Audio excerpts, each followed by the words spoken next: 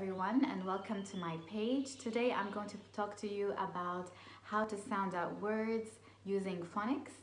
So many kids would like to use some action while sounding out the letters, and this they will find it more helpful.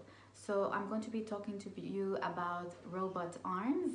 So robot arms is basically moving your hands like a robot with each sound in the word, and then they're going to blend them by clapping, and then they will read. So we're going to be segmenting them and then clap to blend it all together to read.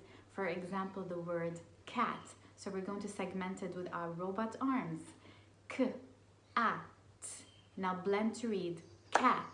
Many kids are very good at segmenting words, but they need a little bit more help in blending them to read. So what you can do is you can use the robot arms, but tell them to go faster each time until they hear the whole word. So for example, the word sat.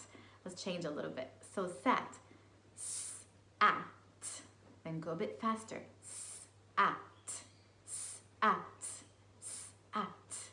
What word do you hear? Sat. Research tells us that kids do learn better when they have different types of learning. So you can do the visual learning, you can do the hands-on learning, and this one is the action learning. So I wanted to demonstrate to you so you can try different approaches and see what works best for your child. The robot arms method works so well with so many words in English, but not sight words.